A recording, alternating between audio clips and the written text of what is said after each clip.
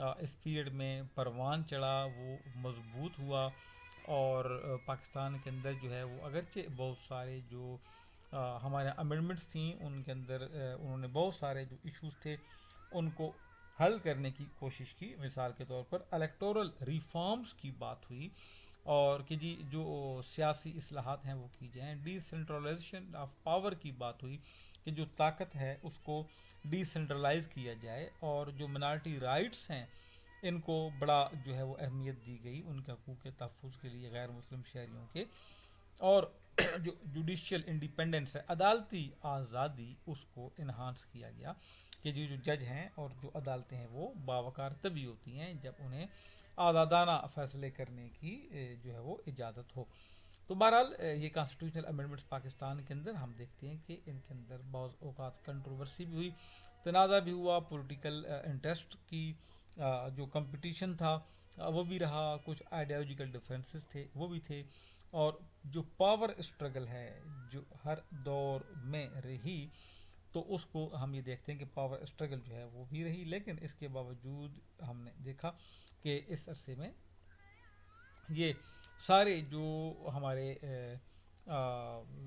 طاقت کا توازن پارٹیوں کے درمیان بگڑا ہوا تھا یہ کسی حد تک ہمیں سیٹل بھی نظر آتا ہے. اس کے بعد ہم دیکھتے ہیں کہ جو یہ عرصہ تھا 2010 سے لے کے 2023 تک، اس عرصے میں ہمیں ڈیولپمنٹس بہت ساری ہوئیں، چیلنجز کا بھی ہمیں سامنا کرنا پڑا، کانسیکوینسز بھی تھے. لیکن اس کے باوجود ہم دیکھتے ہیں کہ حکومت جو تھی وہ معاشرے کو بہتر بنانے کی جانب تیزی کے ساتھ جو ہے وہ ڈیموکریٹک انداز میں اپنی جو جدوجہد تھی وہ جاری رکھے ہوئے تھی. اس کے علاوہ ہم یہ دیکھتے ہیں کہ جو کانسٹیٹیوشنل امنڈمنٹس ہیں ڈیئر اسٹوڈنٹس ان کو اڈاپٹ کیا گیا، اور جو کمپیٹیٹیو الیکشنز ہیں وہ ہوئے پاکستان کے اندر. ہم دیکھتے ہیں کہ فلیکسیبل رہا، اور اس میں یہ بھی ہوا کہ جو لوگ ہیں ان کے اوپر الزامات بھی لگائے گئے کہ جی ہمارا الیکشنز میں دھاندلی ہوئی ہے. لیکن اس کے باوجود جو سوشل جسٹس ہے اور جو پولیٹیکل استحکام ہے ہمیں کسی حد تک اس کے اندر بھی بہتری نظر آتی ہے. تو یہاں ہم یہ دیکھتے ہیں کہ جو پاکستان کے اندر کانسٹیٹیوشنل امنڈمنٹس تھیں اس عرصے میں ہمیں بہت ساری ایک طرف تو پروگریس بھی ہوئی اور دوسری طرف ہمیں جو مسائل تھے ان کا بھی سامنا رہا. اور اس کی وجہ یہ بھی ہے کہ یہ ہمارے جو ممالک ہیں غریب ممالک، ان ملکوں میں ہمارے بہت سارے مسائل ہوتے ہیں اور جو معاشی چیلنجز ہوتے ہیں ان کو بھی ہم نے دیکھنا ہوتا ہے. بہرحال ہمارے ہاں جو امنڈمنٹس تھیں اگر ہم ان کا مختصر جائزہ لیں کہ جو 1973 کے آئین میں امنڈمنٹس ہوئیں 2010 سے لے کے 2023 تک، اس کا اگر ہم تجزیہ کریں تو جو 19ویں آئینی ترمیم تھی یہ 22 دسمبر 2010 کو ہوئی. اس سے پہلے ہم پچھلے لیکچر میں عزیز طلبہ 18ویں ترمیم کے بارے میں پڑھ چکے ہیں اور بڑی ڈیٹیل سے ہم نے ڈسکشن کی. اگر آپ نے وہ لیکچر نہیں سنا تو اس کو بھی آپ لیکچر کو سرچ کر کے دیکھ سکتے ہیں. بہرحال 19ویں آئینی ترمیم جو ہے وہ جج جو ہیں سپریم کورٹ کے ان کی اپوائنٹمنٹ کے متعلق، اور جو پارلیمنٹری کمیٹی تھی جس کا کام تھا چیف الیکشن کمیشن کے، جو الیکشن کمیشن آف پاکستان کے جو چیف الیکٹورل آفیسرز تھے ان کی اپوائنٹمنٹ کے حوالے سے جو پارلیمانی کمیٹی تھی اس کے ممبروں کا تعین کیا گیا. یعنی ایک ایسی پارلیمانی کمیٹی جو تھی اس کے ممبران کی تعداد متعین کی گئی جس نے الیکشن کمیشن آف پاکستان میں جو چیف الیکٹورل آفیسرز ہیں ان کو اپوائنٹ کرنا تھا. اس کے علاوہ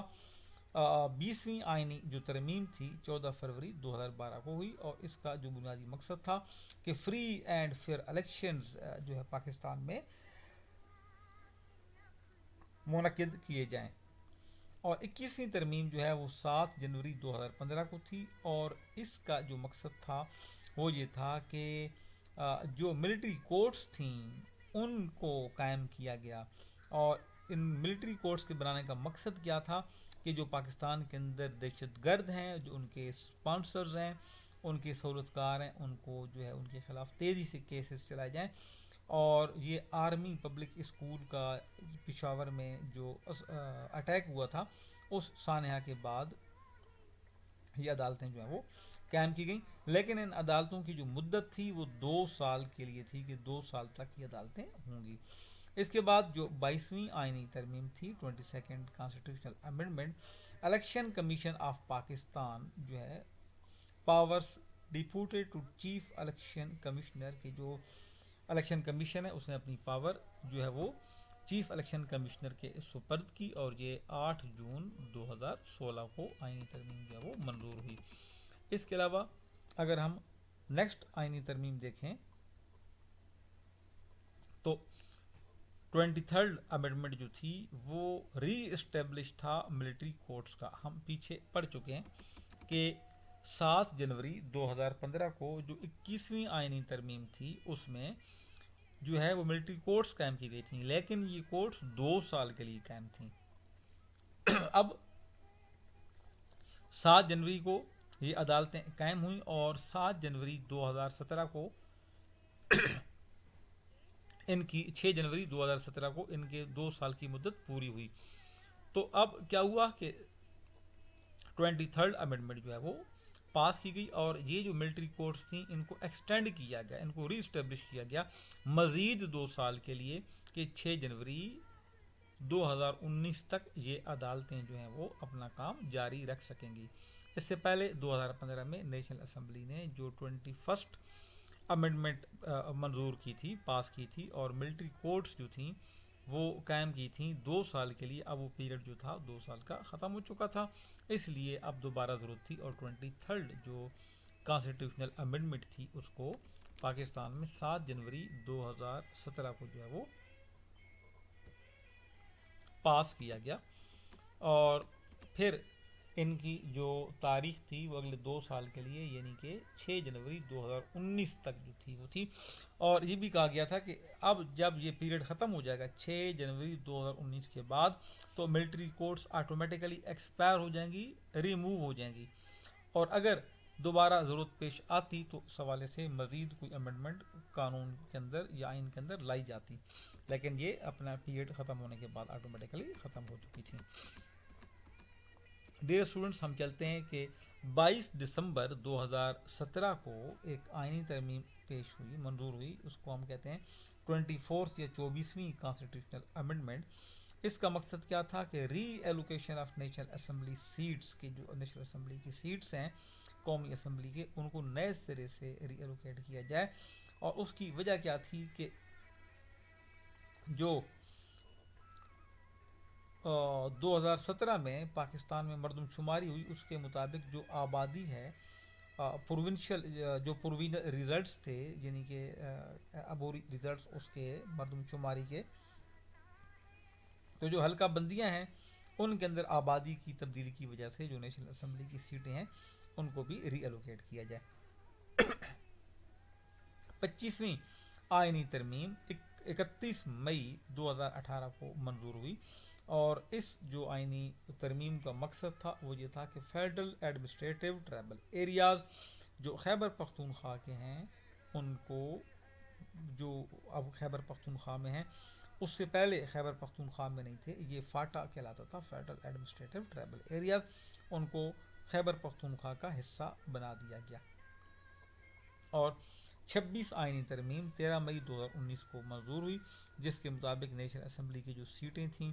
وہ ان میں 12 کا اضافہ کیا گیا، پروونشل اسمبلی کی جو سیٹیں تھیں ان میں 24 کا اضافہ کیا گیا، اور اس کی وجہ کیا تھی کہ جو federal administrative tribal areas now became the part of Khyber Pakhtunkhwa. اب اس عرصے میں اگر ہم دیکھیں تو ہمیں اندازہ ہوتا ہے کہ 2010 سے لے کے 2023 کا جو عرصہ تھا اس میں پولیٹیکل اور جو کانسٹیٹیوشنل ڈیولپمنٹ ہے وہ بڑی تیزی کے ساتھ جاری رہی، اور پاکستان کے اندر جو انسٹیٹیوشنل فلیکسیبلٹی تھی وہ برقرار رہی، پولیٹیکل اسٹیبلٹی بھی کسی حد تک برقرار رہی، اور جمہوری عمل جو تھا وہ پروان چڑھتا رہا۔ اس کے علاوہ جو ہم دیکھتے ہیں کہ اس عرصے میں 2013 میں الیکشن ہوئے اور 2018 میں بھی الیکشن ہوئے، اور بڑے پیسفل انتخابات ہوئے، اور ایک سولین حکومت کا جو اقتدار تھا وہ اختتام پذیر ہوا، اور پھر دوسری جو حکومت تھی اس تک یہ اقتدار جو ہے وہ منتقل ہوا. اور پھر ہم دیکھتے ہیں کہ 2023 میں بھی الیکشن ہوئے، نیکسٹ الیکشن، اور پھر ایک دفعہ پھر جو اسمبلیاں ہیں وہ نئی پاکستان میں قائم ہوئیں. اور یہ ہمارے ہاں جو کانسٹیٹیوشنل امینڈمنٹس ہیں اور ریفارمس ہیں، ان کے نتیجے میں ہم یہ دیکھتے ہیں کہ جو گورننس کی ایشوز ہیں وہ کافی حد تک سیٹلڈ ہوئے، اور پروٹیکشن جو تھی فنڈامنٹل رائٹس کی لوگوں کی، اس کو یقینی بنانے کی کوشش کی گئی. جس طرح ہم نے دیکھا کہ ملٹری کورٹس بنائی گئیں کہ دہشت گردوں کو جو ہے وہ تیزی سے سزا دی جائے، اور یہ آرمی ان کو سزا دے، اور اس سزا کے بعد ان کی پھر ضمانتیں بھی نہیں ہوں، اس پہ اوپر عمل درآمد بھی ہو. تو یہ کچھ ایڈوانٹیجز تھے. اس کے علاوہ کچھ چیلنجز بھی ہمیں رہے، اور ظاہر ہے کہ ہمارا انٹرسٹ گروپس ہوتے ہیں بہت سارے ہمارا ملیٹنٹ گروپس بھی تھے جنہوں نے سبوتاج کرنے کی کوشش کی. پاکستان کے اندر بم دھماکے بھی ہوئے، پاکستان کے اندر اس طرح کے مسائل ہوئے، جن میں سب سے بڑا جو سانحہ تھا آرمی پبلک اسکول میں معصوم بچوں کو اور ٹیچرز کو جو ہے وہ شہید کیا گیا دہشت گردوں کی جانب سے. تو ظاہر ہے کہ اس کے بعد پھر آرمی نے آپریشن کیے بہت علاقوں میں، اور ان دہشت گردوں کو قابو پانے کی کوشش کی، جس سے ہم دیکھتے ہیں کہ ہمارے ملک کے حالات انشاءاللہ آنے والے وقتوں میں مزید اسٹیبل ہوں گے، اور پاکستان میں جو سیاسی عمل ہے وہ جاری اور ساری رہے گا. اور آنے والے وقتوں میں ہم دیکھیں گے کہ مزید بھی ہو سکتا ہے کچھ کانسٹیٹیوشنل امینڈمنٹ ہوں، لیکن ان تمام آئینی جو ترامیم ہوتی ہیں ان کا مقصد پاکستان کے لیے ایک سوسائٹی کو بہتر بنانا، لوگوں کی جو ویلفیئر ہے اس کے لیے اگر کوئی آئین کے اندر امینڈمنٹ کرنا پڑتی ہے تو وہ کرنا، اور اسی طرح سے